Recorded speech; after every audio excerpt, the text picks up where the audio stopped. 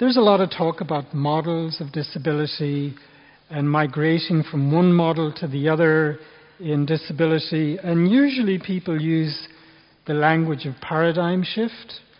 And if you have actually read the original book, which is by Thomas C. Kuhn, on paradigm shifts, The Nature of Scientific Revolutions is the name of the book. And it's kind of all by way of explaining how, for example, Einstein's different worldview just completely upends science of the day, and how these magic moments happen when things that seemed commonsensical become fictional, and vice versa. When things look fictional, actually become commonsensical. And one of the points of that book is you never, ever, ever have an end point, okay? Whereas when people talk about paradigm shift and disability, they always talk about the human rights framework or the model as the ultimate end point. I wish that were so. I'm not sure it's so, but it's an interesting question to open up. Regardless of whether it's the end point or the middle point or the beginning point, these framings are really important because they enable you to see things differently. Sometimes, I'm sure the lawyers among you will be amazed when you read a Supreme Court decision. Some judges rest the case on this aspect of the facts. Other judges ignore those facts and put forward, or rather foreground, other facts. And therefore, how you see reality is very much influenced by these framings and these models. Second thing that's implicit in them is they have their own values, their own value judgment. They're directing you to a bit of reality because it's considered important. And it might be considered good or bad, or indifferent, or somewhere in between. So the framings bring a set of values with them.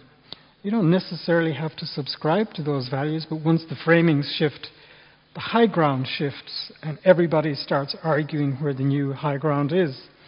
And lastly, of course, the framing helps you prescribe how you change that reality. It gives you the tools to say, not only is this relevant as a fact, the kid is excluded from school, not only is it wrong, judged against my values, but here's how you fix it. Here's what a theory of inclusive education looks like.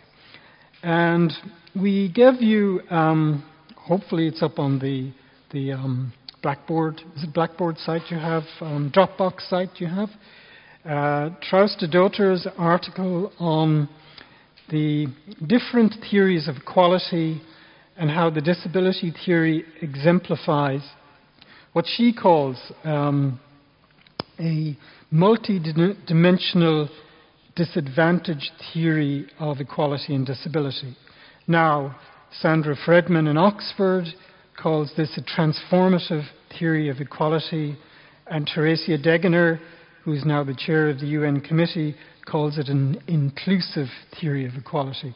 Regardless of what you call it, it's a very, very robust conception of equality, and we want to just open it up briefly to you. Sorry, that was Odni Arnardóttir, the middle article. Traustadotter, both wonderful Icelanders, gives a great explanation of the different models of disability, how they've evolved, and even within the social model, how there's different theories of the social model, which I think is really useful.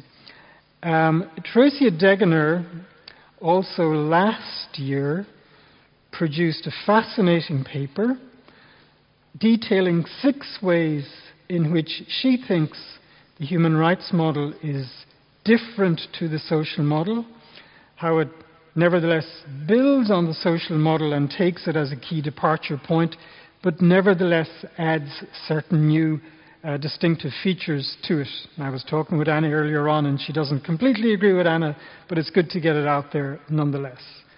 So, first of all, the different models, and I guess, sorry, somebody wanted to come in? Yeah, please. Okay, wonderful. Yeah, excellent.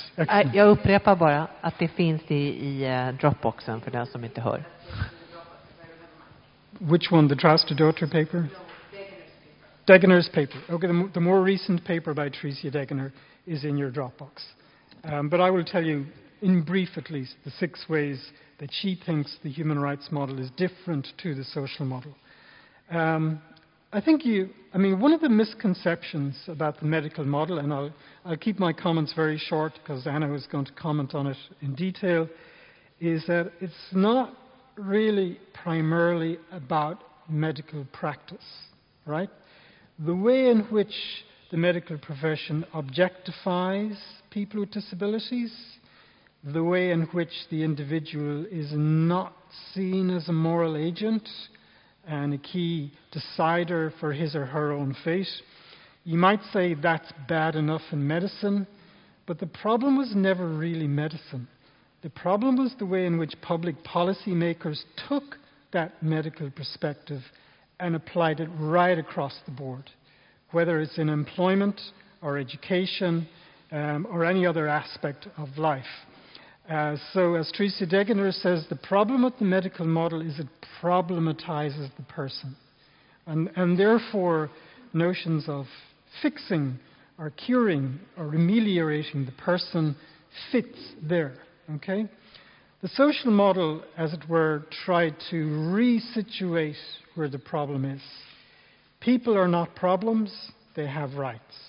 The problems are usually barriers to the enjoyment of these rights.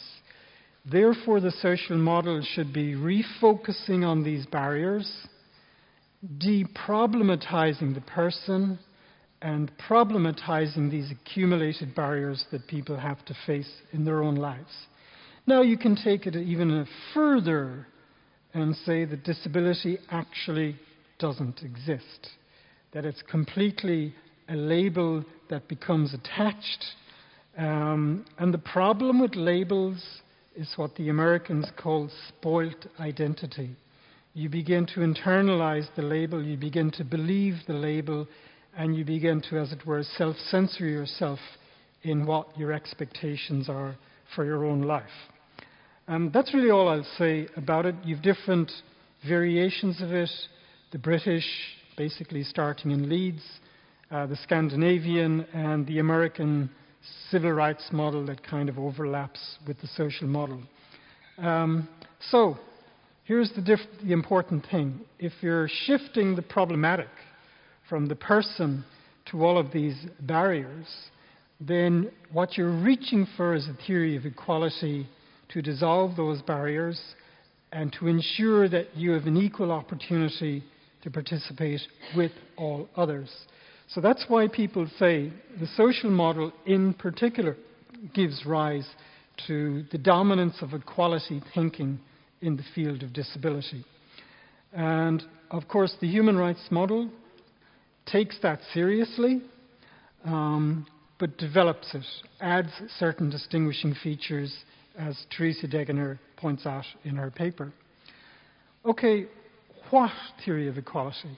And I'm going to be very brutalist and reductionist here, right? I know it's a very sophisticated, there's a huge industry out there developing theories and doctrines of equality, but I'll just reduce it to 3 for the sake of clarity for the moment. And this is very much in keeping with Arnardotter's paper on what she calls multidimensional and disadvantage equality, which is the latest theory. Okay. First, you have, and Arnardotter tracks this in the history of the UN system, notions of equality as sameness. So we have a hotel, we have steps into the hotel. You're all equally treated if, formally speaking, you have the right to enter the hotel. The difference of disability is ignored, and pride of place is given to that formal right to be in the hotel, even though, of course, there's no way in the wide world you can actually exercise that right if, for example, you're a wheelchair user and so forth. That she calls the first phase of equality thinking. I'm convinced that's where most states still are.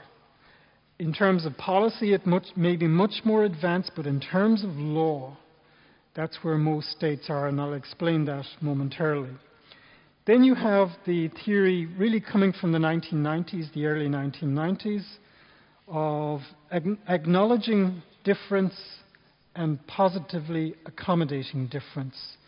And to a certain extent, that's where the notion of reasonable accommodation comes from.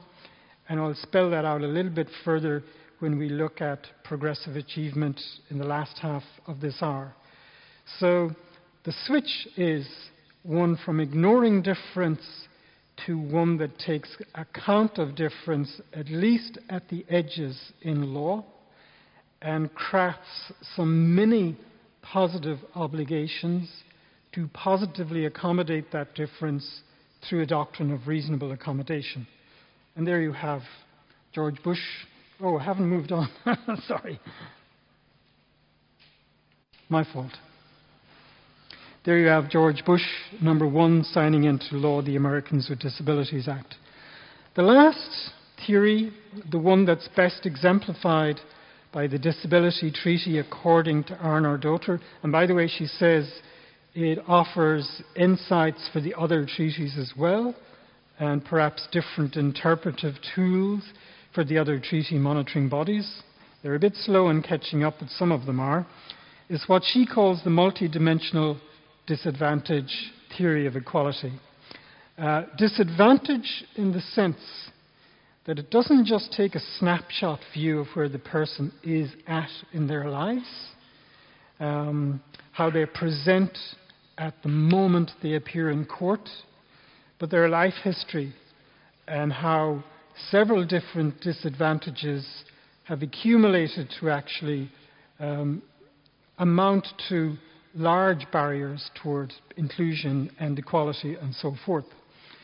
So unlike traditional equality theory, it takes into account the life history of the individual and those multiple disadvantages. Also multidimensional, and this is quite important, in that you don't just present as a woman or as a man or as a refugee, but you might have multiple identities that intersect, and some intersections can be quite positive in the eyes of third parties, but some can be quite negative.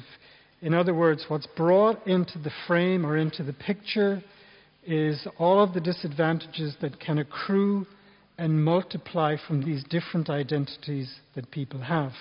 If you want to use fashionable language, we're talking about intersectionality here. We're talking about multiple forms of discrimination here. And what Arnar Dotter is basically saying is that's where the Disability Convention is at. It takes account of accumulated disadvantage and accumulated disadvantage that can come from sharing these various different identities.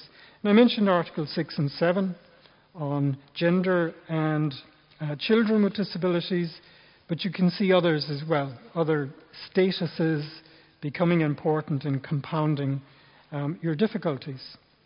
So equality is obviously the very purpose of the Convention. You see it in Article 1 on the purpose, and you see it in Article 5, which deals with equality and non-discrimination. And in fact, you see it in Article 2 on definitions, particularly the definition of discrimination based on disability, as well as the definition of reasonable accommodation. Let me just close the parenthesis there and tell you a little story.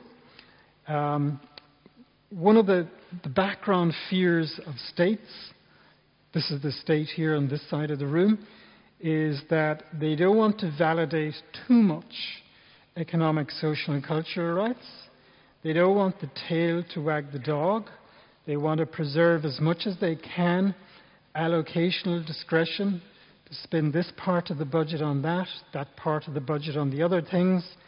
And that's why some of the states were ultra sensitive on the concept of reasonable accommodation. So civil and political rights are immediately achievable. Economic, social and cultural rights are progressively achievable. And the division should be kept sharp. So non-discrimination is both a civil right and an economic, social and cultural right. They do not want, or many states did not want, the concept of non-discrimination stretched so broadly that would convert economic, social, and cultural rights and obligations into obligations to be immediately achieved. So they viewed reasonable accommodation through that lens. They said if reasonable accommodation becomes too attached to the notion of discrimination, then that's a back door to allowing economic, social, and cultural rights to be litigated, to become, as their language, justiciable, and then the tail would definitely wag the dog, and nobody wins if that's the situation. These are the states talking, not me talking. So there was a big fight over reasonable accommodation. And some of the more conservative states said, failure to achieve reasonable accommodation is very regrettable, really, really sorry, but it doesn't amount to discrimination. It was a bit unfortunate that the United States couldn't speak in the room, or rather they had put a muzzle up to their own mouths and declined to speak because they could have said something very different. At the end of the day, and this is very important, in Article, I think it's 2, I can't remember the exact numbering, Article 2 something, it's explicitly said that failure to achieve reasonable accommodation is a form of discrimination. Okay? So that element of positive duties, it's not a very big element, but it's a small element, but an important element, is to be immediately achieved. Okay? That's a really, really important point. To tell you the truth of the matter, some of the countries, there were EU countries, were saying that if you look at the EU directive on non-discrimination, employment, and the disability provisions, you will see that the headline norm prohibiting discrimination is kept separate from a separate norm on reasonable accommodation. So they were saying, even in European law, the two are utterly, utterly distinct things, and therefore the treaty should follow suit. It was the European Commission that bashed them over the head and said, we, the Commission, are responsible for the treaties and the implementation of directives. You are wrong. The only reason the two were kept separate was for drafting elegance. It had nothing to do with the substance of the arguments. And then the conservative states backed away. Actually, quite fascinating. So, I'll come back to that in a moment. Take the first theory of discrimination, the very thin one, discrimination as sameness. And this, I think, is where most states are at, still at today, in law. Maybe not in policy, but in law. There is what's called the Aristotelian trap, right? And this is very much present in the first layer of thinking about equality. To Aristotle, you treat equals equally if they're similarly situated, and you treat unequals differently if they're not similarly situated. And by the way, that's equality, okay? So you can see how the door is open there for, let's say, states who are hostile toward the convention to say, in terms of, let's say, independent living, well, you have such severe needs that you are materially different to, let's say, somebody who doesn't have a disability. Therefore, institutions are not only justified, but they're required by our theory of equality. Likewise, when it comes to Article 12, somebody with a profound intellectual disability is materially different to, let's say, Lars or Anna or anybody else. And therefore, that material difference is so wide in terms of how you can process information, make decisions, communicate those decisions, that not only is the continuance of a residual amount of guardianship legitimate, justifiable, but in fact we're required to have it. And when you look at the series of reservations and declarations and understandings that many, many, many states have entered under Article 12, that's what they're saying, essentially. They're saying, come off it. There is a material difference. It's not as if under the social model disability is a fabrication, an illusion that we can simply push to one side. It's a real thing. And not only is it a real thing, but it's quite all right for us to acknowledge it and then to treat it differently, which of course to you and I means negatively, right? So I think a lot of states are here.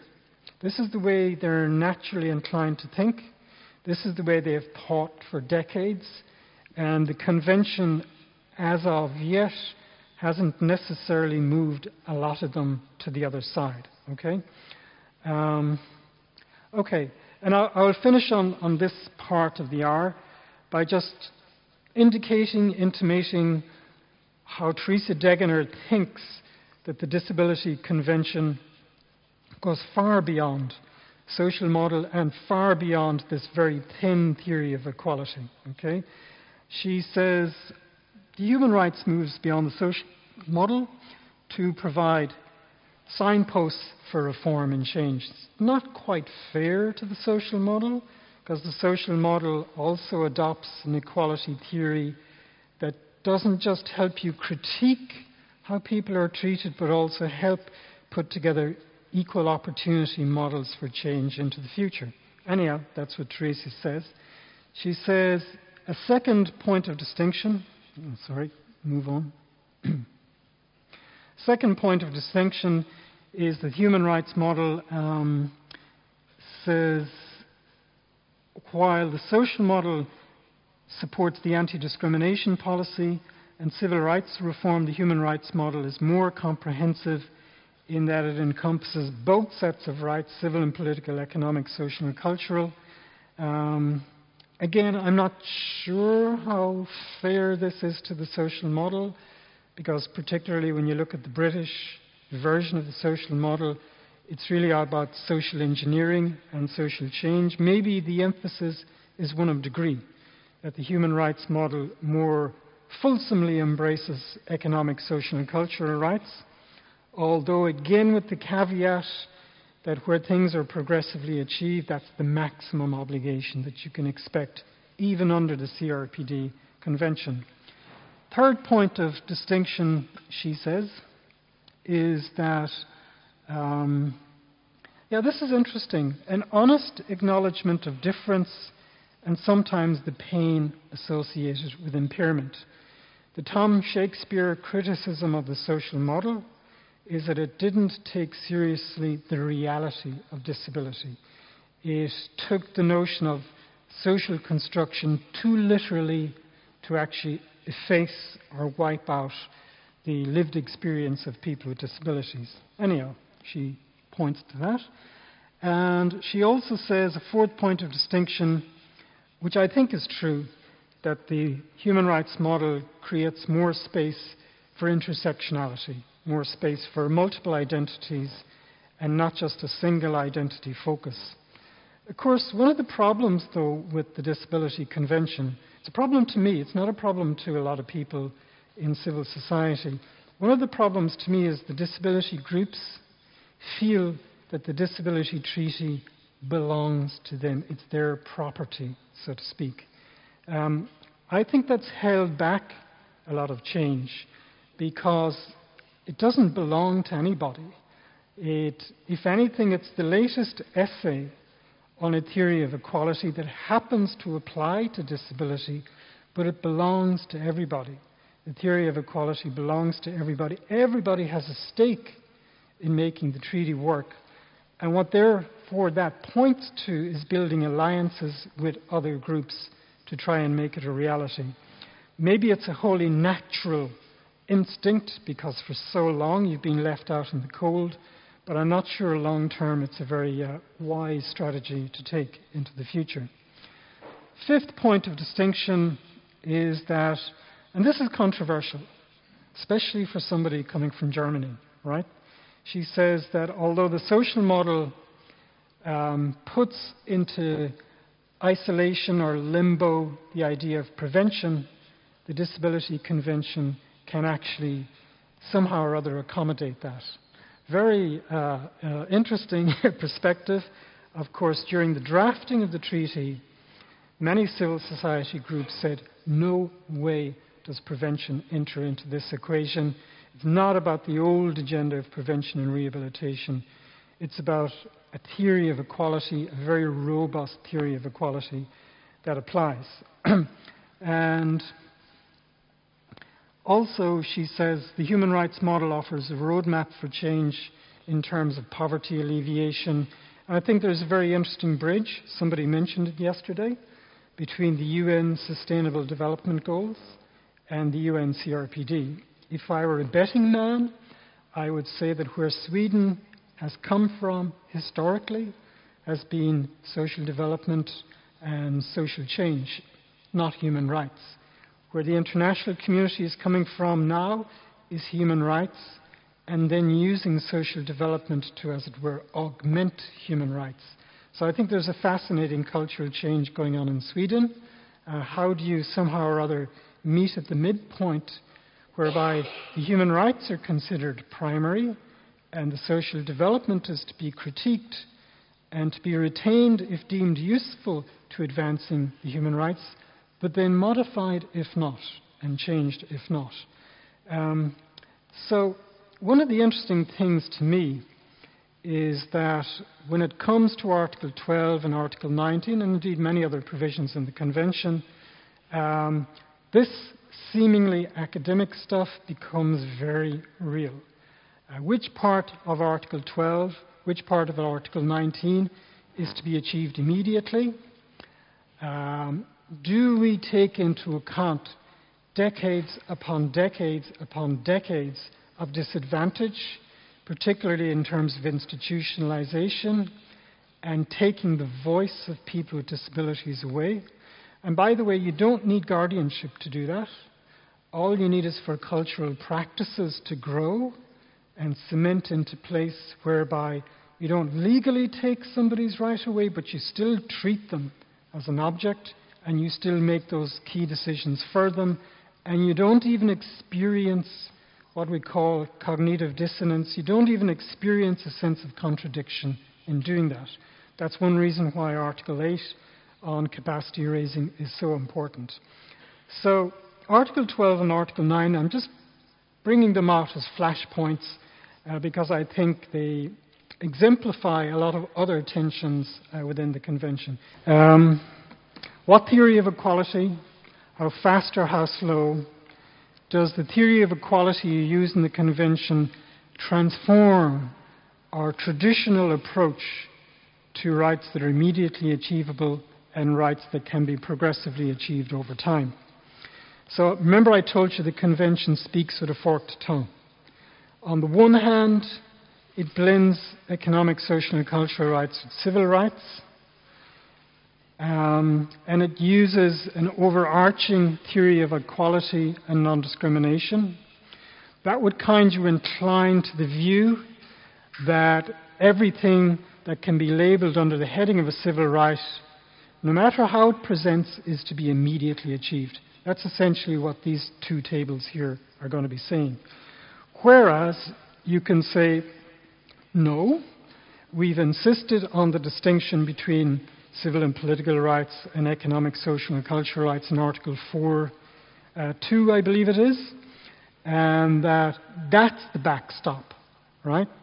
And anything else like a grand theory of equality or a grand theory of discrimination is limited by this backstop. You cannot convert what looks like something to be progressively achieved into something that is to be immediately achieved. So how do you make sense of that? The text doesn't tell you. That's the nice thing for lawyers, because the good thing for lawyers is it creates lots of work for lawyers. How the hell can you determine which is which in the same article? It's not as if they're called out and different labels as applied. They're blended together, which is nice and logical at one level, but really difficult at another level. Just to remind you, now you can challenge this, and lots of people have, even me. I've challenged it quite a bit. But the orthodox view is that civil and political rights hold the line against government. They paint a very bright public-private distinction. They prioritize your life in civil society. Most of us spend a minority of our time in relationship with government. We spend most of our time in families or in cooperative arrangements, and that's a good thing, right? So these rights are designated negative. They negate state power. Of course, many of them actually require state investment, but we're a bit quiet on that. For example, the right to fair trial requires that you have a trial system up and running. Right to fair trial in criminal proceedings implies that you have a police force, you have a prison force, and all the rest of it. Nevertheless, those costs are perceived as less intensive than if you were to talk about economic, social, and cultural rights, which require the state to cross the public-private line and to begin redistributing resources to make sure that your rights are effective and real. And I guess the prejudice or the default, particularly within the Western legal system, but also even under UN human rights law, is to prioritize the civil rights, and then the economic, social, and cultural rights come in afterwards, so to speak.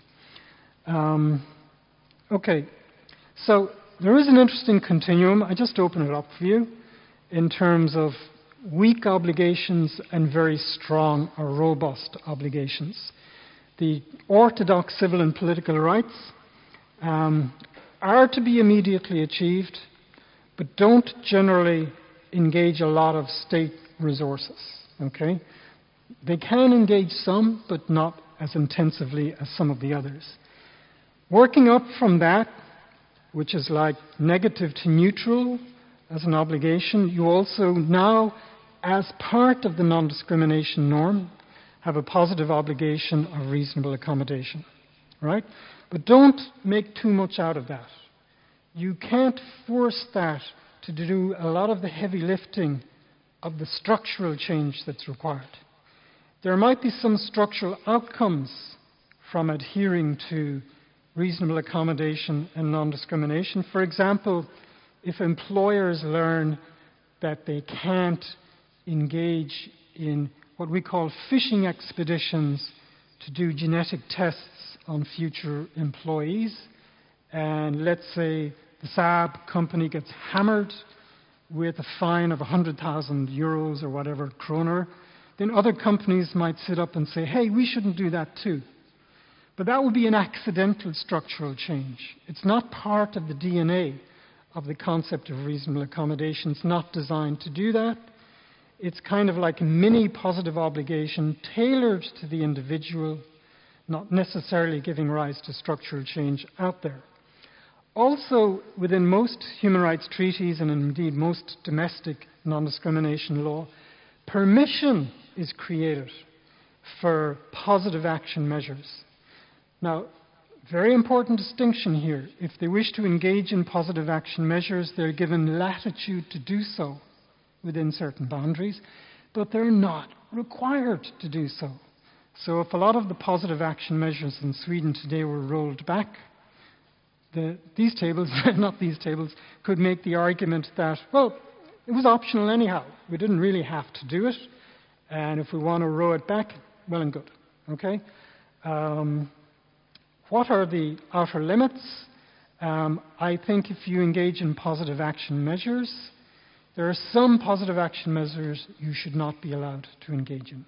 For example, in some of the Mediterranean island countries, positive action measure for blind people is that certain jobs will be reserved to them, which happen to have an extremely low status in their society, like telephonists. I don't know if anybody has a telephonist anymore, but certainly a good argument can be made that not all positive action measures are permissible under the non-discrimination norm. The most positive obligations are, of course, those that flow directly from economic, social, and cultural rights. Okay? This is why states are afraid of them. This is why civil society love them. And this is why there is going to be an inevitable clash in terms of fixing the boundary between them.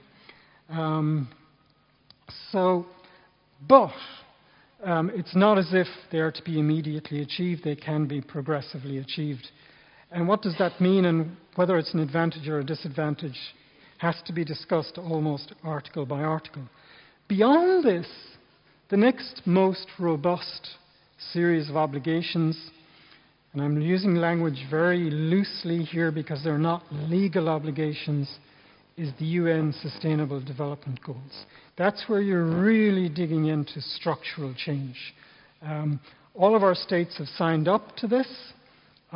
Disability is explicit in at least 4 or 5 of those goals, and implicit throughout by using this horrible language of vulnerable groups, which I really don't like. But if you want to go to the ultimate positive action measures and structural change, you're looking at the UN Sustainable Development Goals, which are in their early days, and a lot of disability groups around the world are working on how can we make these two work well together. How can we make the UN CRPD work very well with the UN SDGs? And in fact, I'm part of a group planning a very big conference next year in Qatar, in the Gulf, on producing a Doha declaration on how the UN CRPD, with its focus on the individual and some structural change, can feed off the UN SDGs. And obviously, the UN CRPD will not be fully enjoyed by individuals with disabilities unless these structural changes happen. So it's a very, very fertile field, and I encourage you to follow it. So, okay, we have the robust obligations under the UN CRPD, but at the cost of progressive achievement. What does it mean? The important thing to realize is it doesn't come from the UN CRPD. The UN CRPD is just repeating public international law. It comes from the Covenant on Economic, Social and Cultural Rights. During the bad days of the Cold War, the civil rights were kept separate from the economic, social and cultural rights, and the economic, social and cultural rights were made palatable to the Western states because they only required to be implemented progressively. So it's Article 2.1 of the Covenant on Economic, Social and Cultural Rights, which is kind of repeated verbatim in the UN CRPD. So if you really want to understand it, you've got to go back to the Covenant on Economic, Social and Cultural Rights, even go back to the general comments of that committee and what they understood this to mean. What's the bottom line? The bottom line is the states are only obliged to take steps, but don't view that negatively. View that positively. For example, Sweden can't just take away your entitlements. They've got to take deliberative steps to move forward, or sometimes regrettably move backward, but must always do it intentionally and conscious of the implications, particularly for people with disabilities. Take steps to the maximum of available resources. I've read all of the travaux, the preparatory work of the Covenant on Economic, Social and Cultural Rights. Guess where that language comes from? I'll give double schnapps tonight to anyone who can tell me which country provided that language. Guess. It wasn't Sweden. Anybody? It was the United States. And it came particularly from the Department of Defense, because they wanted their defense budget untouched by any obligations under international. I kid you not, this is where the language actually comes from. The committee, the Committee on Economic, Social and Cultural Rights has interpreted this very liberally. Okay? So you can't say, look, we have a really expensive missile program and we need to preserve that into the future. The committee will not accept that anymore as a legitimate reason. Achieved progressively, the committee interprets that to mean you have to have a timeline, you have to have milestones on the timeline, you have to have a reasonably independent monitoring mechanism, otherwise you can do what you like. And that violates the understanding of what economic, social and cultural rights are supposed to be about. Draw that out a bit further in the context of disability. You, the state, must become a much more conscious, smart actor when it comes to issues like disability, rather than to simply decide things on the hoof, so to speak. And full realization, they haven't spent a lot of time focusing on that. They've spent more time focusing on the progressive achievement side. So also the committee envisages some retrogressive measures, and I told you the general principles that places boundaries around that is that no matter how hard times get in Sweden, hopefully never, but no matter how hard times get, you may not entrench on the core, core minimum of a certain economic, social and cultural right. You might call independent living an economic, social and cultural right.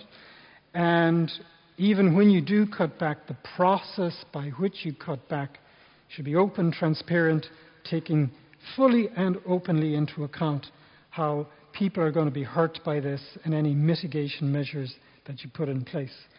So the notion of progressive achievement in the CRPD Convention is very much based on this, on the understanding in the Covenant on economic, social and cultural rights. I put on my slide some extracts from the relevant comment, general comment of the Committee on Economic, Social and Cultural Rights to give you a better sense of the underlying ideas behind the concept of progressive achievement, at least as they see it. And I'll move on because I just want to get to the CRPD. Move on. Article 4.2. This is what we call belt and braces. So if you want to hold up your trousers, to be sure you can do it, you have a belt and you have braces. Okay? And the drafters were very intent that this would be put in so that even if you blend together economic, social and cultural rights with civil and political rights, the old rules apply. The Convention hasn't changed the old rules. These economic, social and cultural obligations are simply to be progressively achieved. And that's really what Article 4.2 says, and it's mirroring and it's tracking the jurisprudence of the Committee on Economic, Social and Cultural Rights. Okay? How do you identify which part of Article 12 is to be immediately achieved and which part of Article 12 is to be progressively achieved? If you use a label right at the top of a right and you call it legal capacity or exercising equal protection of the law alongside others, is that controlling? Can you say, well, regardless of what the text looks like, the heading is explicitly telling you this is a civil right, and logical implication is that every single part of Article 12 must be immediately achieved. That's actually what the Committee on the Rights of People with Disability says in their very first general comment. They say, this is a civil right, therefore. Even though, of course, even a literal reading of Article 12.3 would suggest to you that a new paradigm needs to be put in place. It will require some resources and some planning, and probably a lot of forethought before it actually supplants guardianship as the dominant system. Okay? The committee also said a number of other interesting things in its general comment. They said that, and you don't have to accept this as Bible, okay? You don't have to necessarily completely with everything they say. You, for example, in civil society can say to the committee on Friday, you didn't really mean that, did you? What you meant is something in between. Or you can invite the committee to change its mind on how it interprets, for example, Article 12. But it said that you can't have your cake and eat it. Sorry, that's English expression. You can't, on one at the same time, introduce supported decision-making measures and at the same time continue with a guardianship system, even though you've made a lot of efforts to narrow it down to the bare minimum. You can't do that. It's one or the other. So if Ruritania or Sweden or Switzerland tries to buy time for itself to innovate in the direction of supported decision-making over time, but still retain residual form of guardianship, that cannot be done under Article 12. That's what the committee says.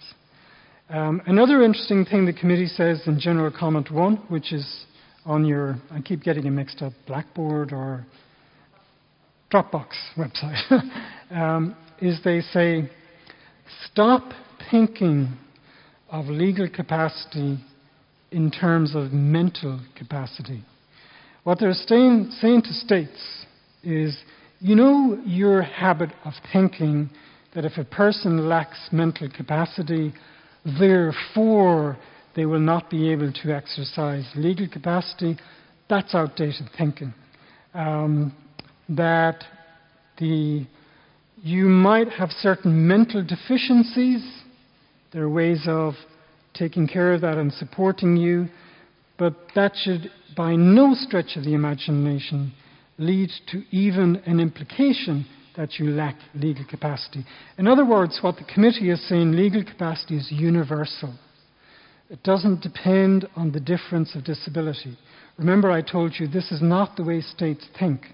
The way states think is that there is a material difference, therefore that justifies the continuation of guardianship. And therefore, tell you what, we'll honour the convention by opening up this new space for supported decision-making, but we will also narrow down guardianship but keep it as a last resort. In point of fact, in terms of law reform, that's what most governments around the world are doing. And late last week, the government of New South Wales in Australia, its Law Reform Commission, has come out with a paper on exactly that. It's just the latest example of what's happening.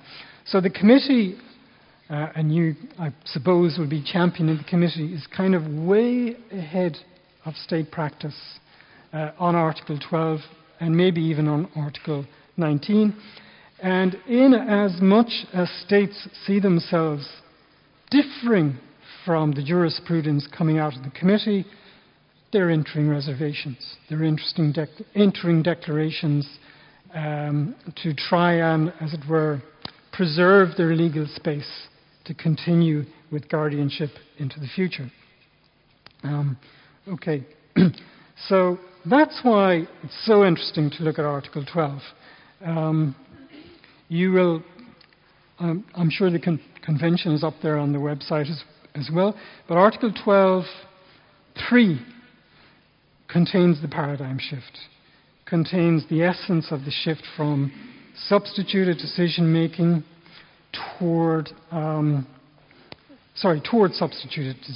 away from substituted decision-making towards supported decision-making. But the key argument is whether Article 12.3 is to be immediately achieved or can be achieved over time. So in the moot court, we're taking a quote-unquote good government that says we don't want this to continue indefinitely, but we need space, we need time, we need space to make our own allocational decisions as to resources, and perhaps in 5 years' time, we will take that big jump to eliminating guardianship from our own law.